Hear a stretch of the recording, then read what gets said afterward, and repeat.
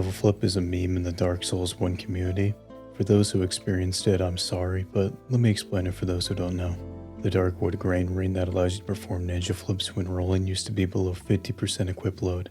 This allowed PvPers to equip full Havel set and roll off the least amount of recovery frames and the most iframes. This was patched a year later from release by making the ring require less than 25% equip load. That is pretty fast for From Software, considering they only fixed a remastered bug for the Japanese version where the credits would not play until 5 years after release. I am performing this run on remastered, so obviously not a downpatched version of Prepare to Die. With the ring being nerfed, you can't have a flip, right? You put too much faith into the balancing of a Dark Souls game. It has more limitations, but not impossible. Let me show you real quick. I'm sorry, but once again, I'm starting as Thief with Black Fire Bombs. It is just the fastest. Thief gives me the master key to access some areas early, and the Black Fire Bombs are used to kill some enemies at the start of the run. The start of the run is fairly normal as I leave the cell. You may have noticed I am toggling my weapon to skip the acceleration animation of sprinting, saving a couple of frames. I won't go into detail, but any of the glitches used can be found in the description if you are having trouble understanding them. On the ladder, I equip everything and put the dark sign into my hotbar. Is it really a speedrun if you don't get naked and oil yourself down?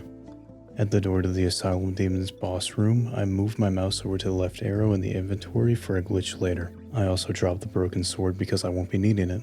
Once the doors open, I run over to this rubble and throw 3 bombs at the demon. The demon seemed to have taken my advice to get oiled down because these bombs hurt. I roll after the 3rd bomb and finish it off with 2 more fire bombs. The demon gives me the hammer as a reward, but not the key to leave like normal. Oscar is holding onto the key, but how did he get it? I don't know, I just accept it.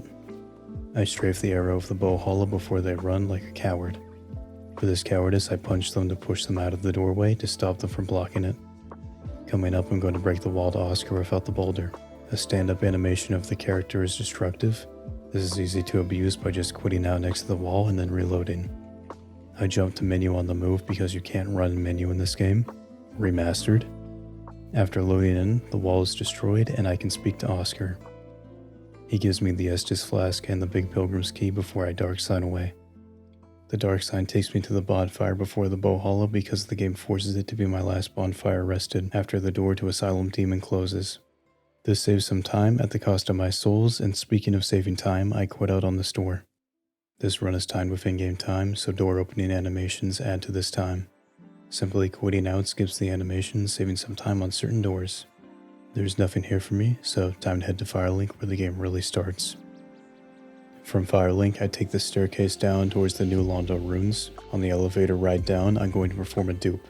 I open the menu and head over to options. While hovering over the brightness tab, I hit right bumper and A at the same time. I should get the brightness menu over the inventory when done correctly. This is known as prompt swapping and will be very useful throughout the run. With the menu like this, I want to select the humanity I got from killing the Asylum Demon, but I want brightness to be highlighted while selecting it. Typically in non-speedrun cases, you would just move the item to the top of the inventory, but that is slow.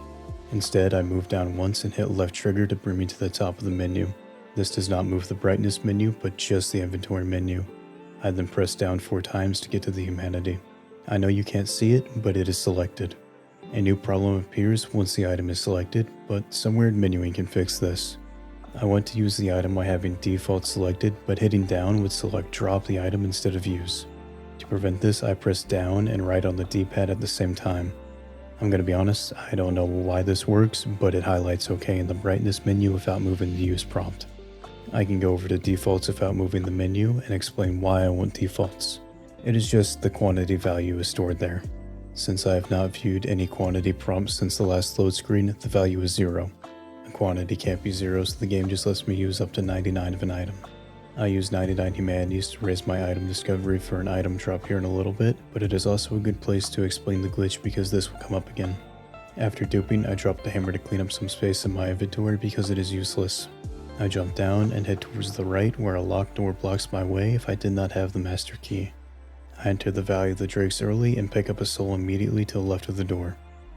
I jump across the ravine, not to look cool, but because it is faster. Did it look cool though? Across the rope bridge is an EP dragon, where I will take his hard-earned soul between his fingers, talons, claws, maybe? No matter what they are called, I strafe around the drakes heading towards an elevator. On this elevator, I'm going to elevator warp. It is super easy to perform. After moving an elevator from its default position by sending it up, I then drop down into the void to be inside its default position. I quit out and reload the game, and it warps me to where the elevator is. This puts me up at the top, skipping the elevator ride. In the cave, I grab the bonfire before duping the souls I picked up in the Valley of the Drakes. It works exactly the same, but this time I target the soul. This gives me 100,000 souls to level up Dexterity to 18, Strength to 28, and Endurance to 17. The Strength and Dex are needed for the weapon of the run, the Black Knight Halberd. Big surprise, it is boring, but fast.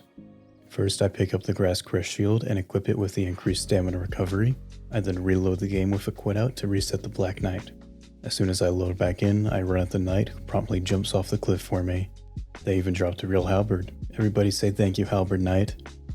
The halberd only has a 20% drop chance, and with humanity, it is around 30%. I'm not doing the math to find the actual drop chance. I refuse. I can't head to Andre just yet to level up the halberd because first I have to kill Havel. He is in a tower close by, but it is locked. If only I had an item that would allow me to open the door. Oh wait, I do. I equip the halberd and open the door to fight Havel. I roll the first attack and get a backstab. I show Havel no respect and give him another one after he gets up. For the last attack, I timed a heavy attack with him getting up. I unequip the halberd while I wait for Havel's ring to appear on the floor. The ring increases equip load by 50% of your max load. With the ring in my... Wait, where does the Chosen Undead store items? Oh god. Let us forget about that as I head up to the Darkroot Basin towards Andre. I kill the lizard on my way to Andre with a punch and one firebomb.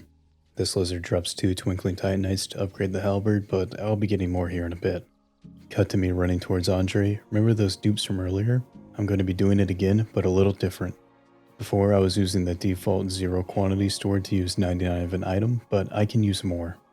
I purchased 999 arrows from Andre to store that value of 999. I perform the dupe now the same as I did the first dupe, but this time I can select 999 instead of 99. I buy the Crest of Artorias in the Weaponsmith box before performing a new dupe. I'm going to cover the PC version because the console one is slow and cringe. I will once again repeat myself by saying the dupe is the same as the last ones, but the difference lies in the quantity stored. I prompt swap the arrows over to the Longsword tab. This is done by pressing the left click and left arrow in the menu and A on the controller at the same time. When I am buying Longswords with a quantity select, I know I've done it correctly. Typically you just get a buy prompt on a weapon without asking for a quantity. I buy 10 Longswords, but instead of giving 10 separate Longswords, I receive 1 Longsword with a quantity of 10. Side note, this 1 Longsword weighs 10 Longswords, so instead of weighing 3, it weighs 30. This will actually be useful later, but does not affect the dupe, just a side effect. I go to buy another Longsword before leaving Andre's menu. This will store the quantity of a Longsword, but obviously it's not normal. The game tries to figure out the quantity to store by subtracting how many of the item is held by the max quantity. You can only have a quantity of 1 on a weapon, so 1 minus 10 is -9. Getting a negative quantity is obviously impossible normally and allows for some interesting things to happen like duping items. First, I head up to the bonfire just to save time. At the Undead Parish bonfire, I perform the prompt swap dupe from earlier, but this time I am targeting the Twinkling Titanite. I don't need to worry about using the item, so I can just head right to default where the -9 is stored to drop the item. When dropping an item, the game subtracts from your current amount held, but subtracting a negative number instead gives the item dropped. I turn the 2 Twinkling Titanite from a 4 to 11. This is 1 more that I need to max the weapon. I just wanted to buy 1 extra longsword than needed for later. I upgrade the halberd to +5 at the bonfire before dumping the last of my souls into endurance. I now have 83 endurance, but I still need more. I can get those last levels later, so let's head back to the Darkroot Garden for the Wood Grain Ring. Getting to the ring is extremely easy, just run past all the enemies. Only enemy to worry about is this demon, but I dodged the jump attack. You can stop applauding me and consider subscribing. I have stats that say the number of people unsubscribed is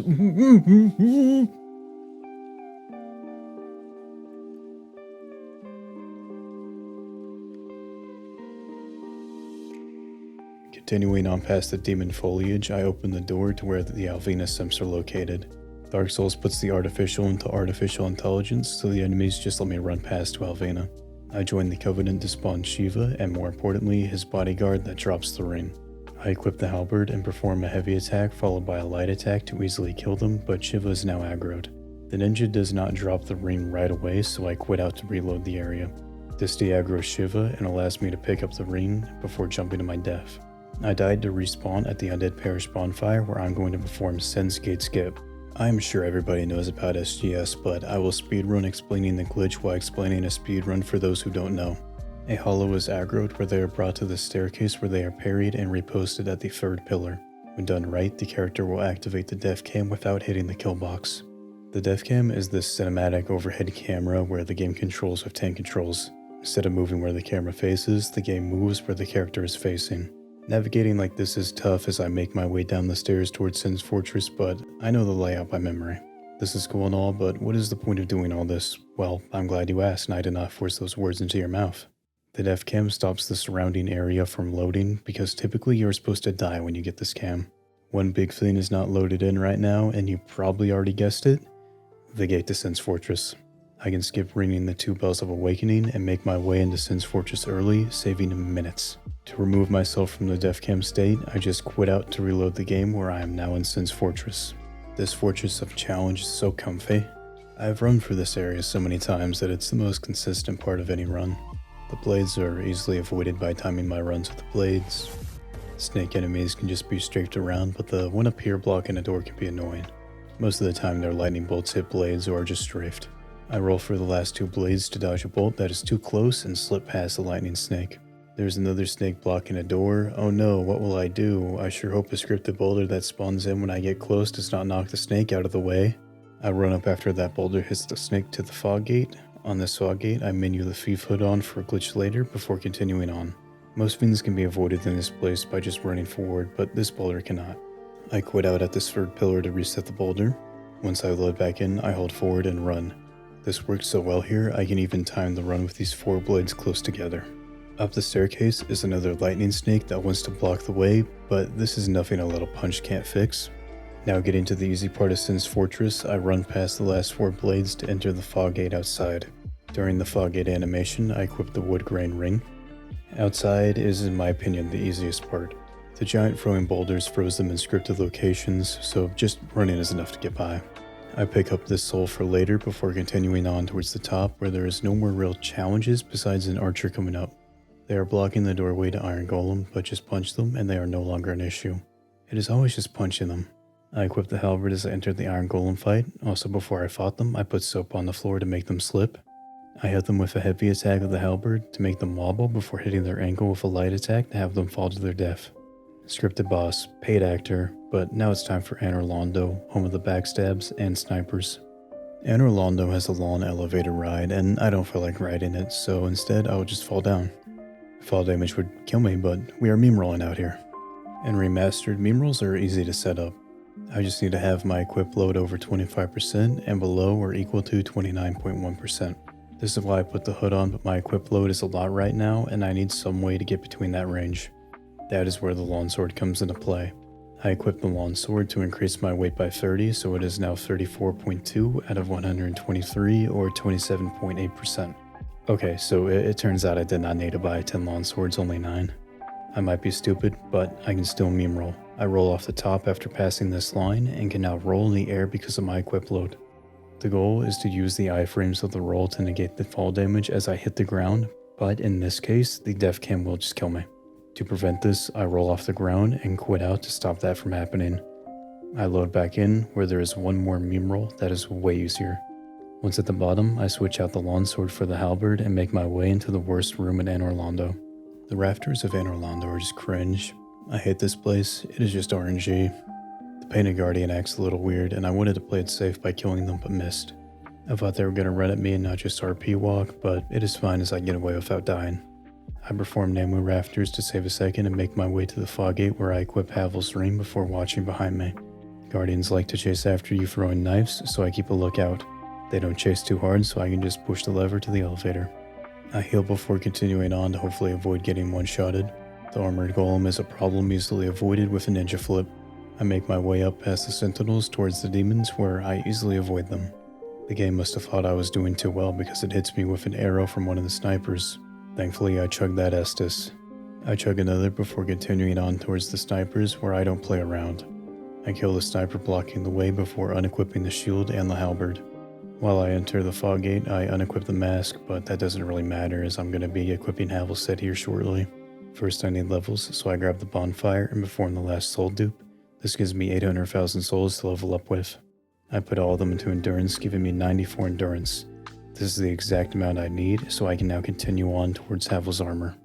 There's a silver knight in the way that I flip past on my way to the armor.